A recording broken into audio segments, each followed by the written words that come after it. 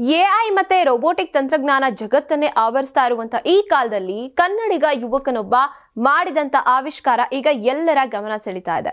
ಮಂಗಳೂರಿನ ವಿಜಯ್ ನಿವಾಸಿ ಕೇವಲ 23 ವರ್ಷದ ಸೋಹನ್ ರೈ ಸ್ಟೆಥೋಸ್ಕೋಪ್ ಅನ್ನ ಬಳಸಿಕೊಂಡು ಹೊಟ್ಟೆಯ ಹಸಿವನ್ನ ಪತ್ತೆ ಹಚ್ಚಿ ಸ್ವಯಂ ಚಾಲಿತವಾಗಿ ಊಟ ಆರ್ಡರ್ ಮಾಡುವಂತ ಅನನ್ಯ ಆಪ್ ಅನ್ನ ಅಭಿವೃದ್ಧಿಪಡಿಸಿದ್ದಾರೆ. ಹೊಟ್ಟೆಗೆ ಈ ವಿಷಯ ಸಾಧನವನ್ನ ಹಿಡಿದಾಗ ಹಸಿವಿನ ಮಟ್ಟವನ್ನ ಗುರುತಿಸಿ ಮೊಬೈಲ್ ಆಪ್ಗೆ ಸಿಗ್ನಲ್ ಕಳಿಸುತ್ತೆ. ಅದಾದ ಮೇಲೆ ಬೇಕಾದಷ್ಟು ಆಹಾರವನ್ನ ಆಪ್ ಸ್ವತಃ ಆರ್ಡರ್ ಮಾಡುತ್ತೆ. ಇಂಜಿನಿಯರಿಂಗ್ ಕಾಲೇಜನ್ನ ಬಿಟ್ಟು ತನ್ನ ಆಸಕ್ತಿಯ ಆವಿಷ್ಕಾರಗಳತ್ತ ಮುಖ ಮಾಡಿದಂತ ಸೋಹನ್ ಇದಕ್ಕೂ ಮೊದಲು ಡ್ರೋನ್ ಮೂಲಕ ಫುಡ್ ಡೆಲಿವರಿ ಹಾಗೇನೆ ನೀರಿನಲ್ಲಿ ಮುಳುಗ್ತಾ ಇರುವವರಿಗೆ ಲೈಫ್ ಜಾಕೆಟ್ ಅನ್ನ ತಲುಪಿಸುವಂತ ತಂತ್ರಜ್ಞಾನನ ಕೂಡ ರೂಪಿಸಿದ್ದಾರೆ.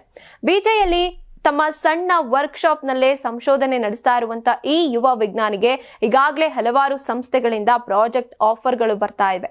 ಕೃಷಿ ಇಲಾಖೆ ಕೂಡ ವಿಶೇಷ ಪ್ರೋಗ್ರಾಂಗೆ ಆಹ್ವಾನಿಸಿದೆ. ಇದು ಕನ್ನಡಿಗನ ಪ್ರತಿಭೆ ಜಾಗತಿಕ ಮಟ್ಟಕ್ಕೆ ಹಾರ್ತಾ ಇರೋದಕ್ಕೆ ಸ್ಪಷ್ಟ ಉದಾಹರಣೆಯಾಗಿದೆ.